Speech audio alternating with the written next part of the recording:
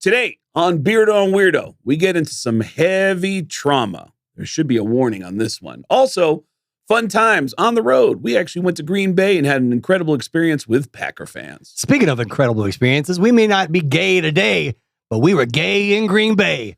Up next on Beardo and Weirdo. There's a couple people in a hotel in Appleton who know exactly what he's talking about. Greg's got nice hands. I am not into that. You didn't have to be. I was. Beardo and Weirdo, Chris Kale and me, Craig Gass, are on tour. Go to getgas.com. I've got dates coming up in Baltimore, Detroit, Honolulu, the Bay Area, San Francisco. Chris Kale is going on tour with Five Finger Death Punch. You can get VIP packages at where? ChrisKale.com, and you can pick up all those tickets for the Five Finger Death Punch tour at fivefingerdeathpunch.com. Yeah. See ya.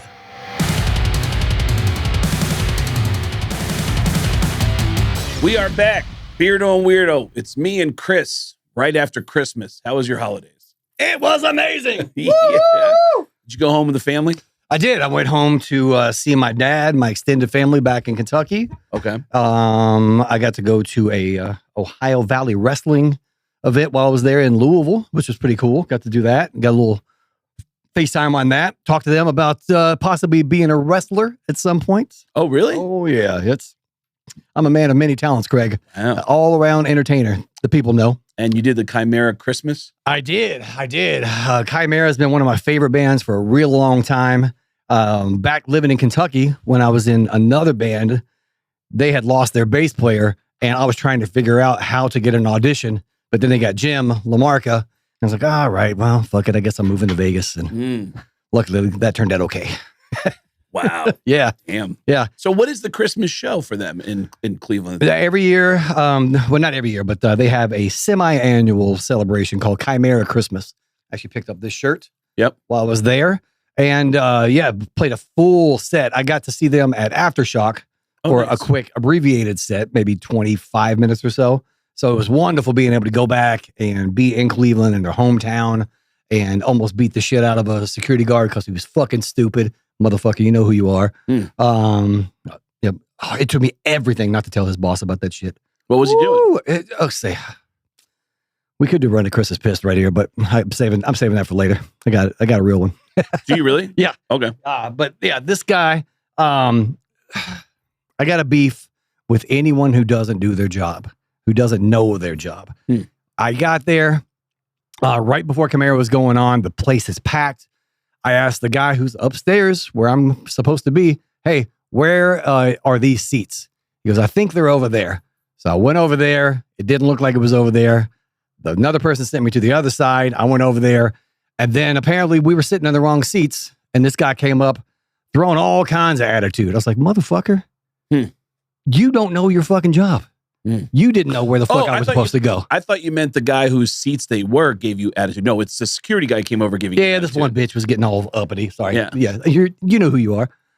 She was getting all uppity. And I'm like, this idiot had no idea. If you're working in the venue and you're a security guard, you should at least know what sections are which. Right. And be able to point you in a direction if you're standing in that damn section. I don't know if that's part of the the job. goddamn music. But yeah, and my seats were better than the ones that I was sitting in. Yeah. And I was this motherfucker. I was like, I could have been down there because I got there early enough to get in the seat that I was supposed to be in. But because I got down there late because of this dumb motherfucker, I ended up getting like the third or fourth row behind a bunch of people standing up. Had this idiot known what his job was, I would have been right where I was supposed to be. I wouldn't have pissed this other lady off. Yeah. Running her mouth over on the side. And this punk, this motherfucker, he came up all kinds of attitude. How long ago was this? This is during Christmas. Right now it is. We are recording this a few weeks after. On January 18th. Yeah. You're still fuck that motherfucker. Still mad. He came up all kinds of attitude. And I was just like yelling at me basically. Like, you're not in the wrong place. I'm not going anywhere. The show's already started. And I wanted to so bad, Craig. I get it. I just know your goddamn job. That's all. If he had known his job, none of this would have happened. It all started off with him. I don't know if those guys are supposed to know the sections. I don't think that's part of their job. I don't think it's part of the job. I think the ushers. Roll the goddamn music.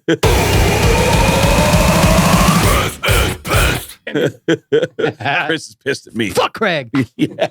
Fuck that dumbass upstairs.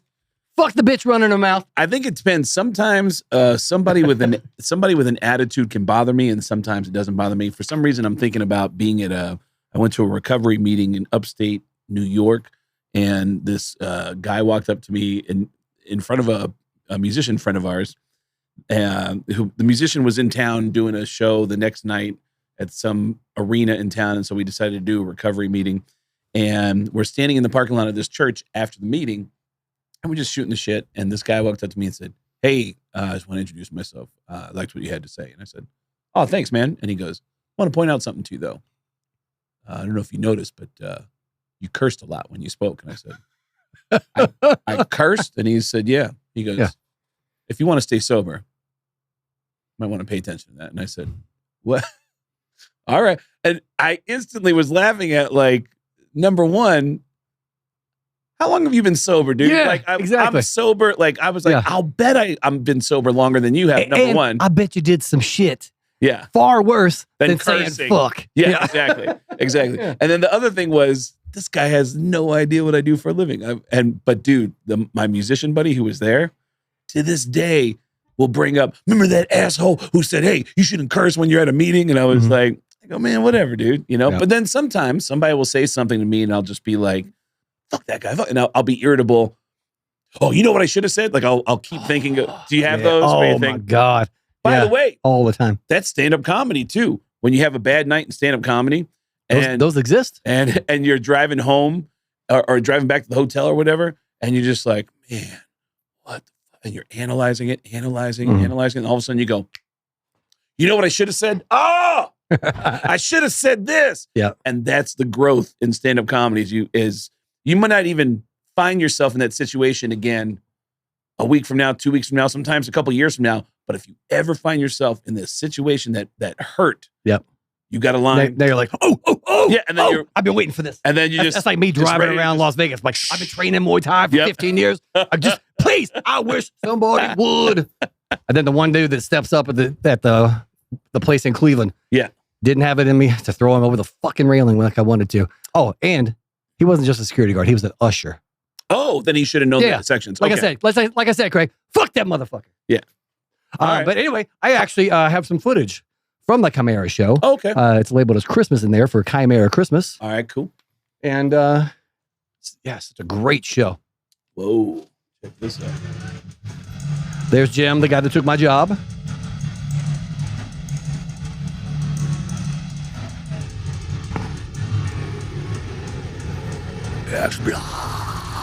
We'll do a little sing along with Kale. What venue? Where's this at? I forget the name of the venue up there. The Agora? Oh, Yeah. no way. Yeah. Dude, I did a comedy show in this place. No way. In the flats, right? In the flats of Cleveland? Yeah, it's real close to there. No way. But I mean, my God, the stage setup, it was so awesome. Chris, their keyboardist DJ guy, he's in the back with the hat on back there. He designs all that stuff and put it all together.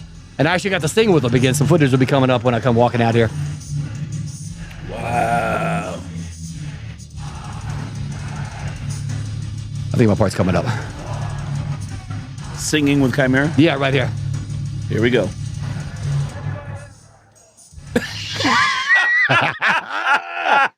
Got him. That is hilarious. Yep. You can take me to the wrong seat. You can't keep me from singing with my buddy's Chimera, though. Punk. That is hilarious. Yeah, that was a wonderful show, though. Just people from all over. Like, we stayed at a hotel that wasn't too far away from there. Event. It's an event. People from, like, lots of people from Canada, from overseas. There were a lot of South American fans. And, yeah, because they don't do that many shows. Okay. I'm hoping that they end up doing more shows and do a little bit more touring because the kids that are young today that might not have heard Chimera, my God, I mean, really? Heavy. I love their music. That's amazing that they have enough of a fan base that they can do like those big shows for that holiday thing every year. Absolutely. Because it's sold out quick. Too. Yeah. And it is an annual thing, correct? Biannual, like occasionally. I think they've done 17 over the last 25 years or so. So it's not necessarily Christmas then. It's always Christmas, but not every Christmas. Okay, gotcha. Yeah. And that's the thing too. It's in Cleveland, Ohio. the week of Christmas. It's cold, it's snowy. So now I think they want to do a July show, perhaps Chimera Christmas in July. Guys, you can go ahead and use that. Are you, the reason I asked about Christmas, are you a big Christmas guy? Do you like the holidays? My name is Chris. Yeah. The whole holiday is about me. Yeah. Christmas. So they're good for you. Yeah, I love them. I don't think I have good Christmases. Yeah? Yeah. Okay. I mean, You are smiling big when you say that, so I'm guessing the good stories coming up out of this. well, no, I'm smiling because I said, I don't think I've had good Christmases.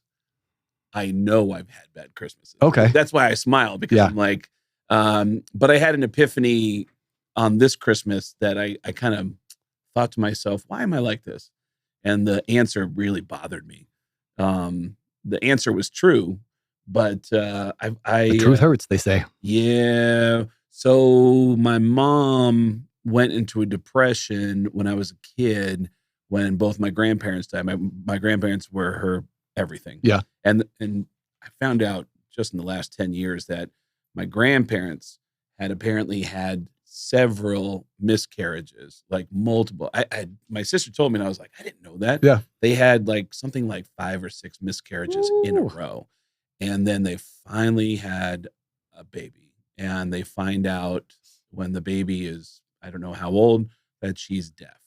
And so they make that decision that, well, she will never want for anything. So they spoiled her. Mhm. Spoiled her to the point that by the time I show up, that I realize my mom is kind of, she's taking advantage of the situation. She knows that support system is always there for her. Yeah. If she needs help, she could be like, oh man, I need help. And they were always there for her. And they both died within a month of each other. Ooh, damn. And she slipped into such a bad depression that it was hard to be around her. Yeah. And my sister had left to go to college. She went to a deaf university in Washington, D.C. And then I kind of, I was home, but I didn't like being at home because she was so depressed. And I just remember this one night, by the way, I haven't talked about this in so long because I haven't had anybody new in my life to share this with until I started dating Darcy a few years ago. And then I told her about it. And she, the more I talked about it, the more she was like, what the fuck? And I go, yeah, this is bad, right? And she goes, this is really bad. So it's Christmas Eve and there's that funk of depression permeating through the home.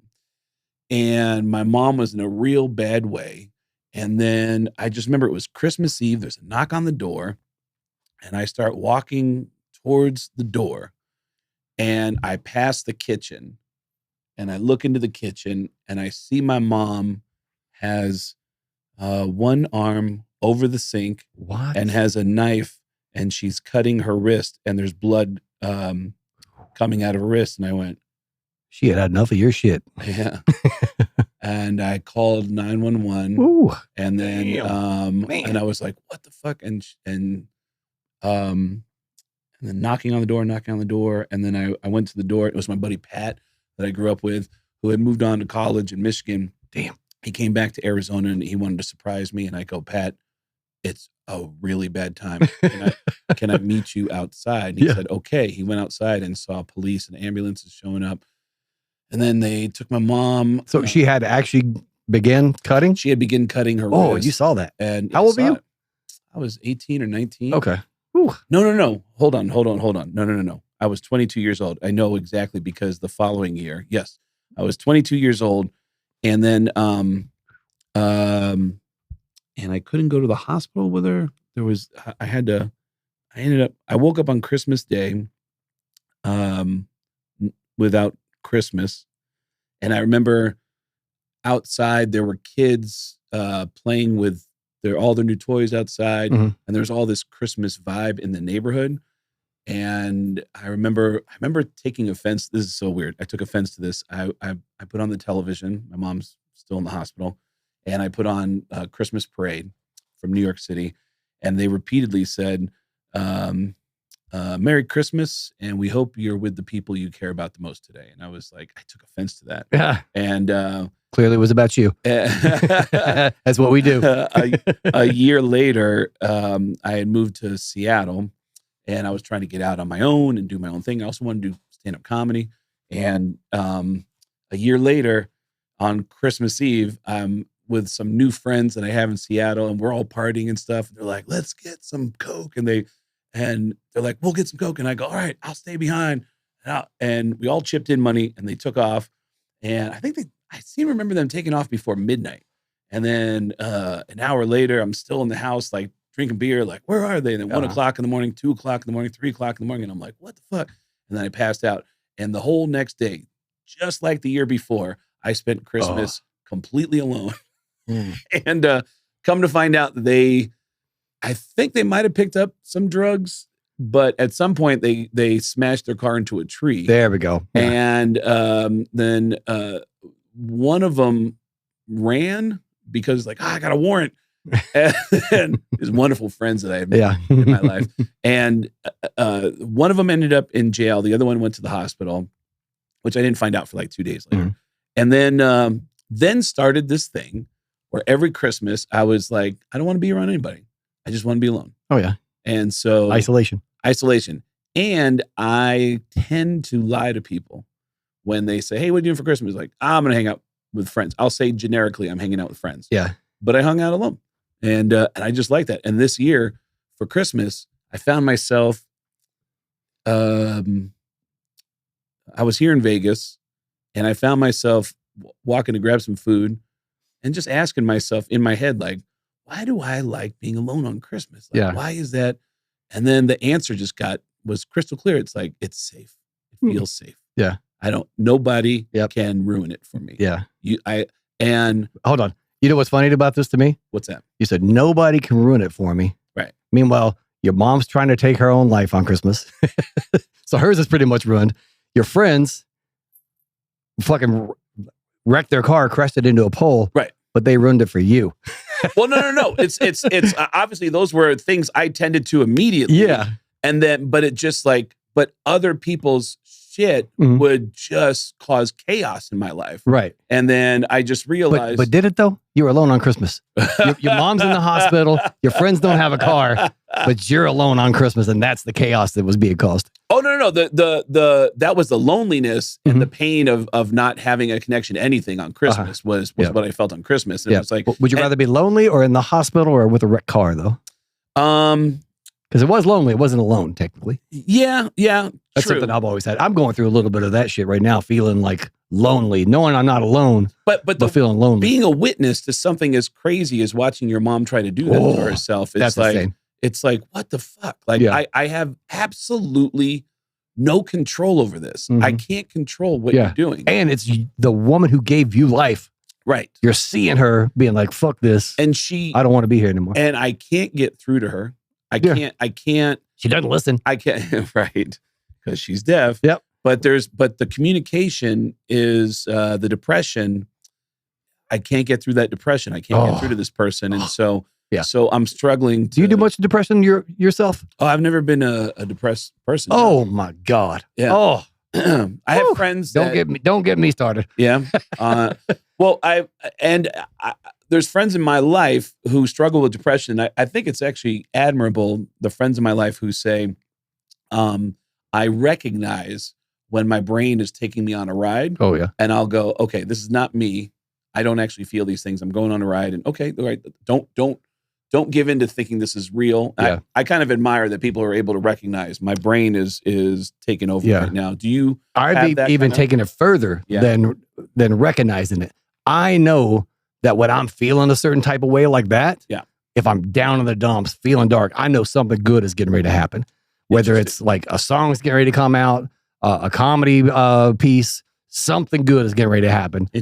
I always get super low. Yeah. And then I just wait for that silver lining. Okay, this is happening for a reason. But let me learn about this, figure out what's going on. But also, 9 times out of 10, something good is getting ready to happen that's coming out of that. So I'm a little bit in it right now. So come on, please. So what will trigger a depression? Or is there no... Dude, today I went to go get a massage over at D-Thai Massage, the one I always go to, the Thai place. Yep. And... where they beat you up and just like walk on your back. Yeah, she got in there today. I mean, it hurts so bad. Yeah. Like, it was not an enjoyable... It was therapeutic. It was not relaxing whatsoever. Right. That's why I go there, because it's incredibly I mean, they get deeper than anybody else that I've ever had as far as massage go. Mm-hmm. And I've had this happen doing yoga. Like when you're in the heat, you're opening stuff up and the fascia, you get deep into that and emotions will come out. I've heard that too. Dude, it happened in the fucking massage today. Really? Yeah, I was eyes watering fucking, and it wasn't the pain I could deal with, but just all types of shit was coming up in my brain. She was getting deep in there, and I realized I've been going so damn hard in life with traveling, doing the comedy, doing the podcasting. I haven't had time to slow down and really think about anything. And just in that moment, man, she rolled me on my back to start working on the front of the legs and the shoulders. And I was all like right through here. Just, you could see all the fucking tears. Yeah. And she saw it? She didn't say anything. She didn't say anything, but I've been in a shit mood ever since then. I've also got like a bit of she called it a frozen shoulder. Yeah. And I'm fucking worried about that because I just stopped paying for health insurance because it went up to like $700 a month for a single person. I was like, fuck, health insurance has gone crazy. I was like, I'm not paying this shit. I'll pay out of pocket. I'm healthy. Cool. Let's do that. First massage. Oh, frozen shoulders. So now I got to worry about that shit too. Wow. Yeah. I've heard about people having massages that release emotions and. Oh yeah. And yeah. I started getting all kinds of lonely. Really? And overthinking everything. Yeah. Oh, yeah. I've heard even Natalie asked me when she was asking about this. That's why I was giving you short responses too, because I was pissy right there. Yeah. You were like, he sent me this. What did you think about asking him if he would want to change that maybe? Just to see if that's an option. Oh, right. And then I gave you anytime I gave you the thumbs up, I'm shitty. Yeah. Yeah.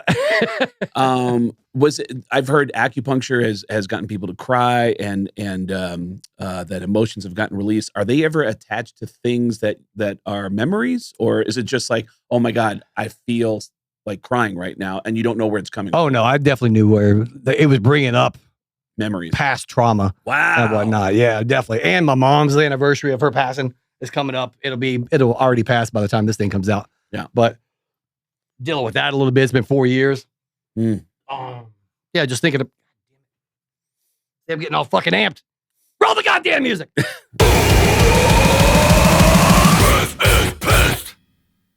that your beard? Getting all caught up in shit? No. I'll do a play-by-play. Chris didn't know how to operate a headphone. Because it's 2026 and we're still using goddamn wires. Roll the music.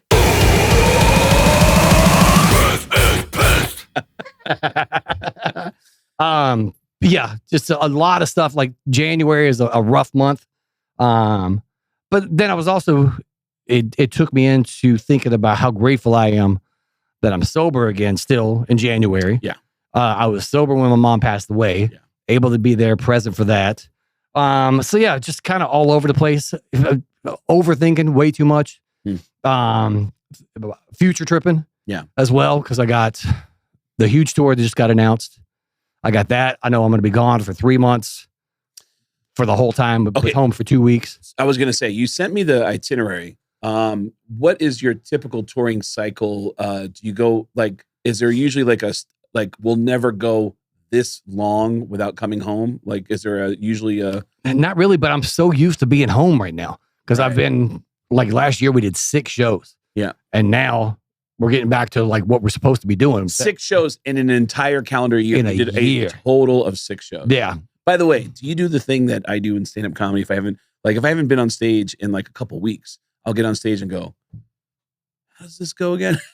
I'll start. Do you have that where you're like, yeah, like a little bit of, yeah, but also there's like a muscle memory playing your instrument. That's more during the rehearsal in the very beginning. Cause we rehearse before we go out. Okay. By the time we've done a couple of rehearsals, muscle memory's back and whatnot. But yeah, that definitely happens. Like, fuck, which chorus is this? Yeah. Oh, yeah. Yeah. I meant the pandemic, all comedians everywhere were always talking about you get back on stage after, doing Zoom comedy shows and weird stuff like that. Right. And getting on stage at a regular comedy club again after a year of not being on stage. And you start to, at least for me, I rediscovered, I'd be doing material and go, God, this is fucking funny. I like it. Nice. Yeah. But it's a massive tour because you guys are a huge band. Oh yeah. I mean, yeah. But But it's going to be the first leg has been announced, but you plan on touring for a while. Yeah, this is like the U.S. and the North American dates, basically. U.S. and Canada. Yeah. And so you'll probably do festivals in Europe, maybe? I have no idea. Okay. Yeah, I am the last to know about anything ever. Right. And I'll find out when you guys all find out. I found out about the openers when they were having me do reads. Live reads for the stuff. I was like, oh, that's who we're going out with. Okay, cool. Yeah. It's kind of interesting. The modern day way of touring is like appeasing all the social media, doing all the reads, and promo stuff. Yeah, that's very much one of my roles as far as like I love doing. I was going to say you love doing it. Yeah, I love doing all the radio promos and all that stuff. It's something that a couple of other guys are super busy doing other band stuff. So with me being able to contribute in that sense, it's something I like doing. And same thing for me when I do stand up. I love doing radio and TV to promote, especially if it's a radio station that's going to have fun. Let me come in and sometimes like to just come in, not as me, but just pretend to be a bunch of celebrities and just have fun, mess with the audience and stuff. I love getting out and promoting that stuff. But speaking of which, we got to do that over the break as well. You and I went to a very fun place, Epic Event Center up in Green Bay. In Green Bay, that was so much fun. Did a big show. Yep. You know what was crazy about it is we're planning on going to Green Bay, and we know it's going to be in January. And from the moment we booked it, I thought, I just hope the Packers aren't playing in the playoffs because that could be a problem for us. And then the Packers are kicking ass, and they're going right into the playoffs. And it's like, all right, I hope they just don't land on the night of our show because we're doing a Saturday. The Packers will probably play on Sunday. They won't play on Saturday, right? And then as we're getting closer and closer, the Packers are going to be in the playoffs, and they're definitely going to be playing the same weekend that we're playing, not at home in Green Bay. So we dodged that bullet. Yeah. And then they announced the schedule, and the one game that was going to take place during our comedy show was the Green Bay Packers, and it was versus the Bears. Shit. Yep. So immediately we talked to Epic Event Center, and Ryan over there is like, hey, well, we could move it. One of his suggestions was, you want to move it a few months down the road? And I go, no, there's people that are excited to come to the show. Absolutely. So would it be okay if we just move the time back to 5 p.m.? Is that what we did? Yep. And then turned it into a watch party after we were done. So we can hang out and watch the Packers with Packer fans, which that I was so excited about because we are right down the street from Lambeau Field. Oh, yeah. We can see it from our hotel room right there. We could see it from the hotel room. So to be able to go and hang out with Packer fans, like, oh, this is going to be a lot of fun. And people came out, they were excited, not only about the comedy show, people wearing Packers jerseys. And if you're a football fan, this is exciting to be able to hang out with, without question, the nicest fan base in all of professional football. Absolutely. And then the Packers lost. They were kicking ass. They had it. The first half dominating. Yeah, dominant. Everybody was so excited. They were eating. They rolled out hundreds of free bratwursts for everybody, and everybody's eating brats. Like, and they're all happy. And then lots of missed kicks. Does that dude still have a job? Chicago Bears. I don't know, man. There's moments when you hear about how brutal the fans are to those players, and they find out where they live so they could, like, taunt them at their home, which is like, I mean, the dude's got one job though. Come on. Yeah, but still, it's like, man, at the end of the day, it's a game. Yeah. Like, what are you doing, man? Like, when you see people fighting in the stands. But hey, man, it's their fantasy football. You fucked my lineup. You made me fuck up. Yeah, I lost my kids' lunch money on DraftKings. Is there an equivalent of that in your touring life where people are like, hey, man, you let me down because of A, B, and C? And what is it?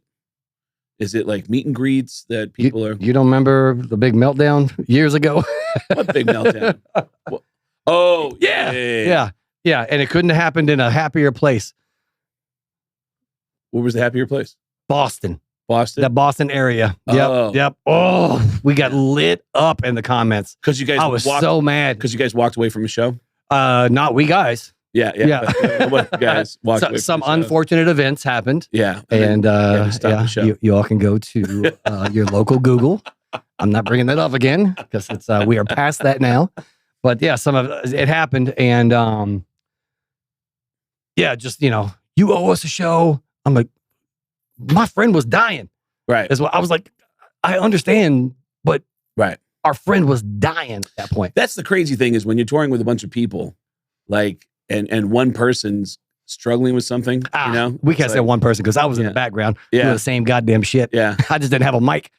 We just talked to Roddy Bottom from Faith No More, and I got the feeling just from understanding what his book was about that he didn't want to talk about Faith No More at all. He wanted to talk about his life, and he's got an interesting life. Mm-hmm. It's an interesting life growing up, and then later struggling with drug addiction, also struggling with being a gay man in a very hetero rock world in the 80s and 90s, and it was hard for him to like, well, should I tell anybody who I am?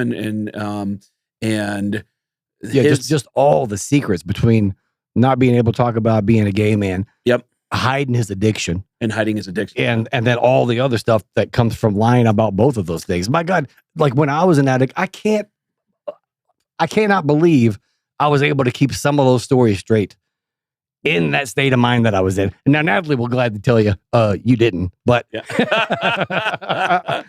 think you're juggling everything. Oh yeah. I think you're doing a good job of hiding from everybody. Yep. Yeah. But I was not. Yeah. I definitely got the feeling that Roddy really, and even bringing up Faith No More, I noticed that when he would talk about the band, he just kept saying the band. And I started saying Faith No More, and then he started referencing it as Faith No More. Yeah. And it bums me out when some of my favorite bands seem to not be getting along, and that's the reason why they don't tour. Yeah. And it just bums me out because I'm such a Faith No More fan that I wish, but at the same time, I did a tour once with a bunch of comedians. I love the story because you have always been like, dude, it would be so awesome being able to go out on the road and just have all your friends to play with, and like you get to hang out, you get to have dinner, see each other. You've always got somebody you can hang out and talk to. And then you went on tour. And I hated it. I went on tour with a bunch of comedians, and that was worse than being by myself. Yeah. Because that's the fantasy. As a stand-up comedian, you're always autonomous. You're always like alone. You're traveling, and everywhere you go, you're by yourself. You get some gigs where you can actually ask for, like when I do shows in Vegas for that residency at Jimmy Kimmel's, I'll be like, can I get Chris Cale to do the shows? Like, yeah, man, Chris Cale, we can let them do. It's like, okay, cool. But we're not traveling there. Sometimes I get gigs where I travel with a friend, and then they do the show, and we make it into like a dude's weekend where we base it around going to like a football game or a baseball game. We have fun and stuff. Holding hands at the movies like we did. Chris, oh my God, Chris, we got to talk about that too. But walking out of the hotel in Green Bay, even before that. So we were in this hotel. There's a bunch of business dudes down there having breakfast. I got down there before Craig did, and then as soon as Craig comes down, I go, "Oh, baby, you look so cute sleeping up there. I didn't want to wake you up. I'm glad you came down. Come on, sit next to me over here." I won't even acknowledge it. I won't even acknowledge what's going on. And the business dudes, you can just see him going, that guy? Really? Those dudes. Okay. I mean, whatever. Which one's the twink? Yeah. Clearly in this relationship, I'm the one doing the fucking crack. And then on the way out, I grabbed your hand and we're walking out the front, and I go, all right, man. I go, if you want to get Starbucks on the way to the radio station, we gotta get out now. He's like, all right, cool. And he walks up next to me, grabs my hand, and lifts it up so everybody can see there's two guys holding hands walking out the door. And I was like, you asshole. Hey, man, if it's good enough for Rob Halford, it's good enough for me, baby. It's ridiculous. Yeah, dude, we've been having some fun, and some of those shows have been great. And now we're gonna get tricky with the 5 Finger Death Punch tour. We're gonna try to add some Beardo and Weirdo shows on off nights. The one city that stood right out to me in the schedule, because it's a Saturday night, you have a rare Saturday night off in Houston, Texas. Oh, nice. In September. And I'm like, ooh, we can make that happen in Saturday night in Houston. And I know exactly where to go. I know the radio station that'll promote it. There's going to be some other cities we're going to go to, and I'm excited about that. Yeah, because the whole reason, well, not the whole reason, but a big reason why I started doing stand-up, not only because I was wanting to write a book, and this was able for me to get up on stage and tell these stories and see what stories are resonating with people. But when we started doing stand-up, the whole idea was, hey, if we have a day off in the same show, in the same city that we're playing the next day, we can schedule a comedy show there. Oh, yeah. And that's what we're hopefully going to be able to do on this next run. Yeah, I think a couple of times on the tour, we'll dip our toe in the water and see if we can make it work. And if Craig's dragging his feet, Chris Cale solo night. Let's go, baby. Yep. Hour and a half of me bullshitting. And I think that we'll test the waters and kind of figure it out as we go. I mean, there's some shows we do that are bigger than others, And some cities, I just know it's going to work because of radio support. Yep. And I feel like I should put like some kind of a button on the, end that thought about Christmas, which is that I don't know. I got so happy telling our gay stories. Yeah. That Daddy.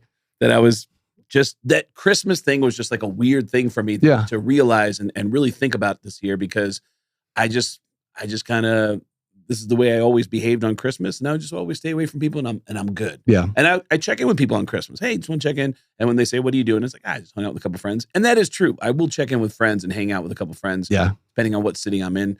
And, but I realized this year more than ever, for some reason, that Christmas is fucked up for me. Yeah. And I always just think about, I know there's other people who have had bad Christmas experiences that makes Christmas fucked up for them too.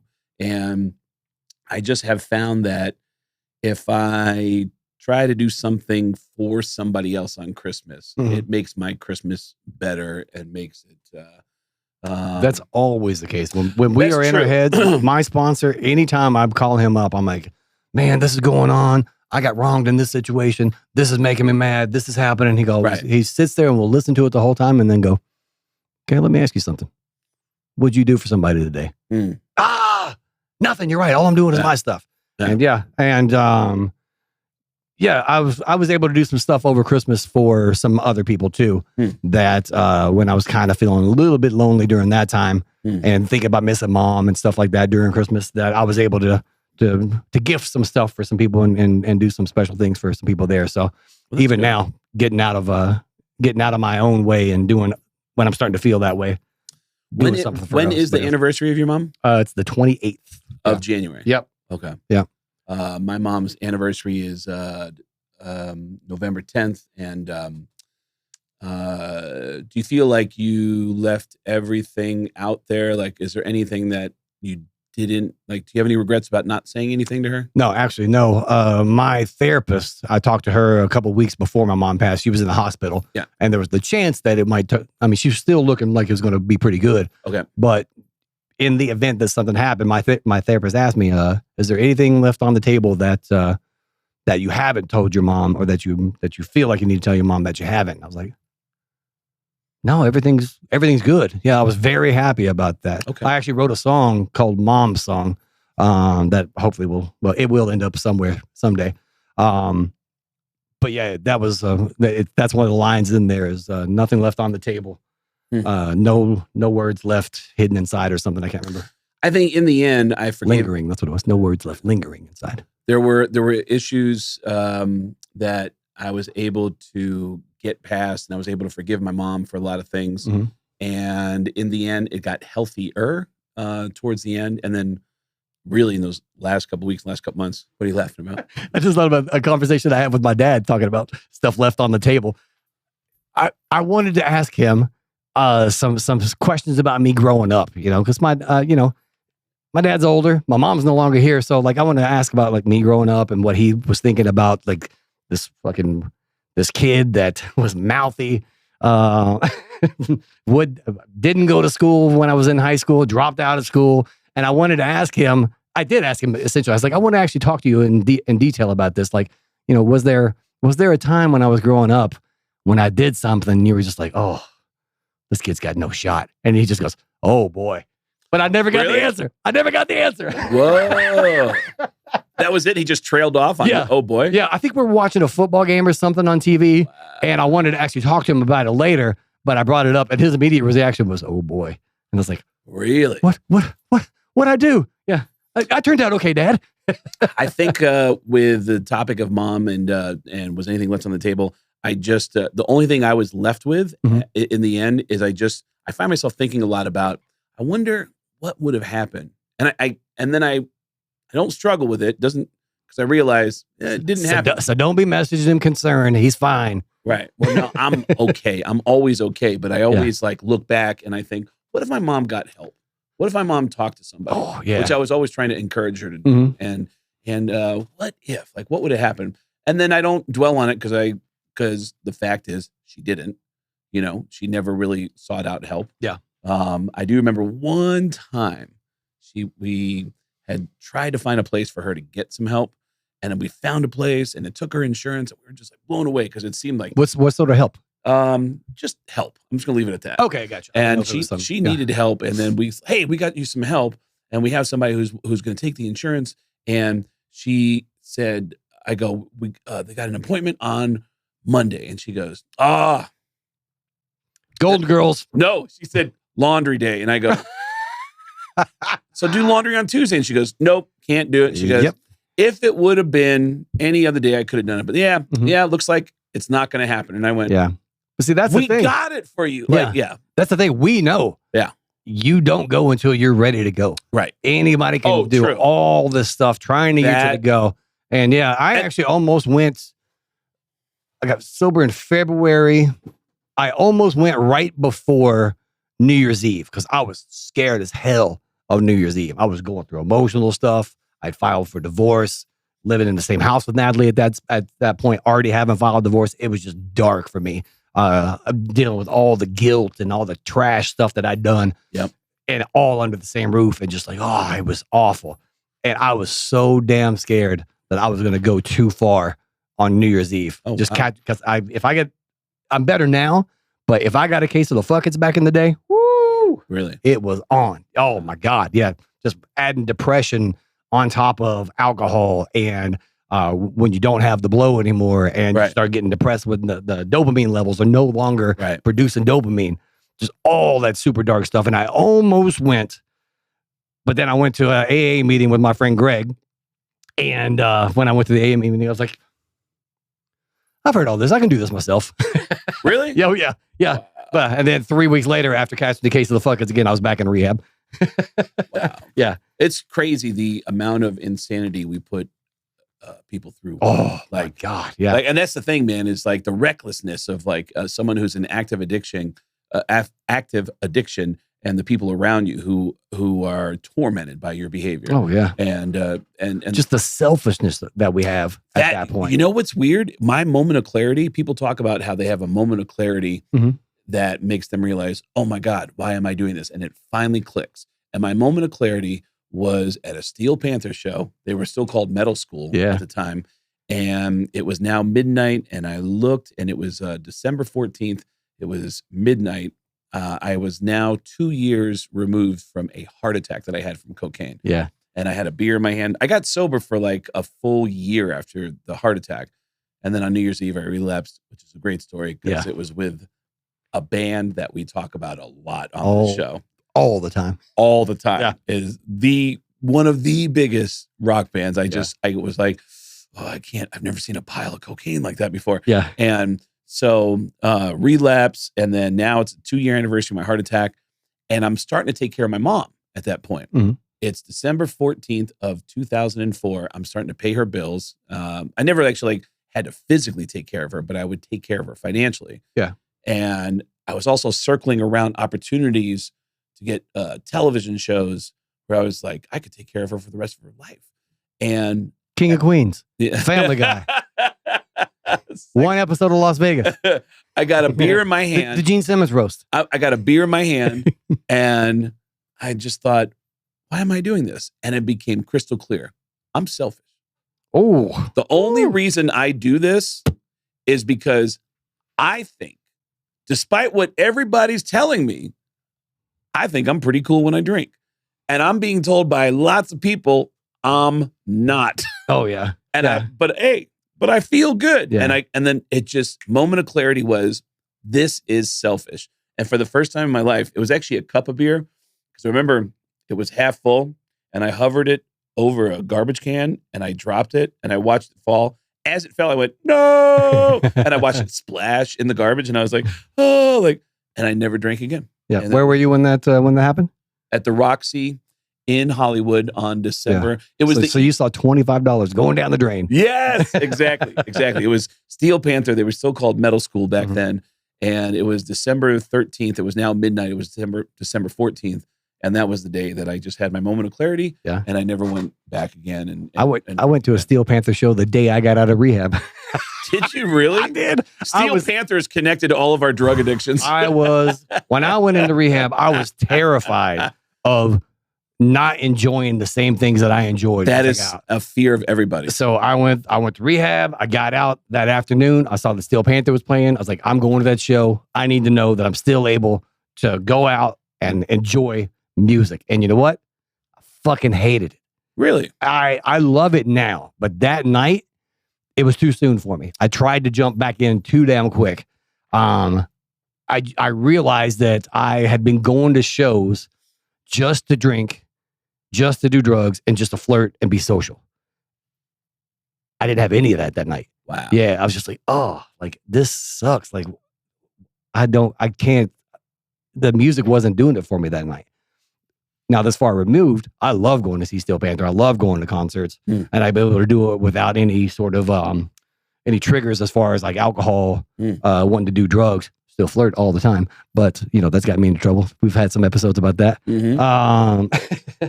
So yeah, that's it was way too soon from getting out in the afternoon and going to a Steel Panther show. I actually left the show a little bit early and I thought I fucked myself up.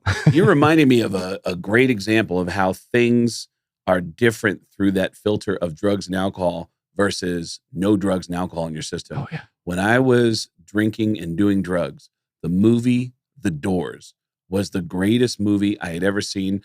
I would watch it over and over again, drinking Jack Daniels and doing cocaine and trying to be Jim Morrison. Yeah. And they glorify. You want to be the Lizard King. They glorify drug addiction and the lifestyle and the recklessness. I actually wanted to meet a girl whose blood I could drink, just like Jim Morrison did in that movie. Like they cut each other's wrists. You never did that? Never drank anybody's blood. And then what kind of an addict was he? So I'm sober. I don't know. I was sober like maybe 5-6 years, and I'm in Tulsa, Oklahoma, and I get into a hotel room. And I have some food, and I turn on the TV, and I'm flipping through the channels, and I see The Doors is playing on HBO or whatever channel. And I was like, oh man, I haven't seen this in so long. And I sit down, I'm eating a salad, and I'm watching the movie. I was shocked at how hateable Jim Morrison was. He was the biggest selfish asshole. Oh yeah. And he's ruining it for everybody. Like they're all becoming famous, but he's just tanking everything by being an asshole. And I just kept thinking, how is John Densmore not beating the shit out of Jim Morrison and going, hey, you're not a Lizard King. You can't do anything. You're fucking high, dude. Yeah. You are fucking high and you're ruining it for everybody here, dude. Get your shit together. Yeah. You're an alcoholic. Yeah. And being in the band, seeing all that going on, and every single fan loves that dude. Absolutely. He is doing no wrong whatsoever. And man, it's crazy. Everybody's celebrating this guy who's being a dipshit. Yep. He's being a total dipshit. But nobody wants a sane frontman. I say that all the time. The things that make a frontman so damn good on stage. Yep. Not my band, of course. My frontman's always on his best behavior. Yes. But other bands that I've seen out there. Right. What makes him great on stage for that hour and a half makes him horrifying. Unbearable for the other 22 and a half hours of the day. Present company not included. Hi, Ivan. Love you. Yeah. That is a universal truth, man.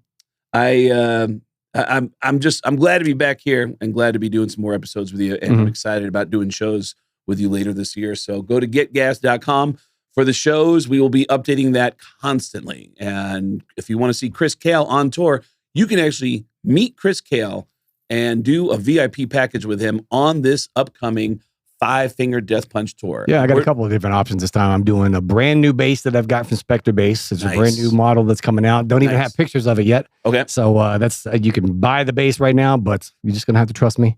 You've seen the other basses that I've come out with before. They all crush. This one, all the crushing, but also Spectre quality. And I've also got the Stage 1 vests, and I'm doing a new one this time because I've got some pricey packages. I understand that. Like I've always wanted the Gene Simmons bass.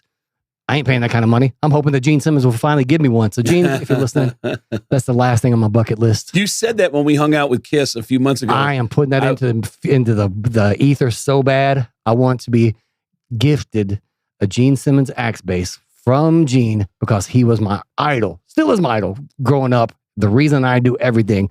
And to me, that would mean so much to have my idol. You know what, boy? You've done a good job. here you go. You're sitting across. I'd be able to quit. I'd quit Death Punch that day. I wouldn't need to do anything else. Hell, I want to quit it right now. But when that happens, I'm definitely quitting. You're sitting across the table from the guy who does the Gene Simmons impression that got me to open for Kiss multiple times over the years. So all you got to do is be nice to me and stop holding my hand and making everybody think we're dating each other when we're in Green Bay, Wisconsin. We know all I need is $5,000, Craig. Yeah, that's true. That's true. We talk about our buddy Gene. Yeah. It just comes down to a few bucks. Yeah. Give him the right amount of money, he'll do it for you. But I've got a couple of expensive packages available right now. Again, it's a VIP exclusive. Sure. So the more money you pay, the more exclusive the experience is. Absolutely. And anybody that's ever gone to these experiences always says it's one of the best they've ever had out there. That's true. I can't believe how much you make yourself available to people for that. For sure. Yeah. Like I love the fans and I treat it as an opportunity to do what I would have wanted a VIP package for myself to be. So I'm still thinking of the fan experience, always thinking about new stuff. ChrisKale.com. Yep. And I got a brand new guitar strap package that is more affordable, but you still get to meet me. And then you also take the guitar strap that I use on stage home with you as well. So I've added that as a lower priced option. That way, if you can't afford the bass or the vest, but still want to meet me and have that VIP one-on-one experience, you can still do that at a lower price. Perfect. Yeah. ChrisKale.com for that. Yep. Our comedy tour dates at getgas.com. And let us know if you would be interested in doing a VIP package with me and Craig Gass when we go out on the road doing these comedy shows, because I want to do some lunch packages. I brought that up to you. Yep. And just the opportunity to come hang out with me and Craig over some food gives us an opportunity to find some restaurants in the towns that we're going to, interacting locally with people, and just seeing the city a little bit more and meeting one-on-one with you. So that'll be available. I have dates coming up in the Bay Area, Honolulu, Detroit, and if y'all want to meet me on those days, I will fly out there if you buy those VIP packages. Yeah. Was Detroit and Baltimore. Baltimore and all those dates. Again, getgas.com for those dates. And we'll see you guys on the road soon. Also, Chris Kale and I in Vegas in April. We'll be performing together in April at Jimmy Kimmel's Comedy Club. Again, all those dates are at getgas.com. Thanks for joining us. We'll see you soon. Thanks, Daddy.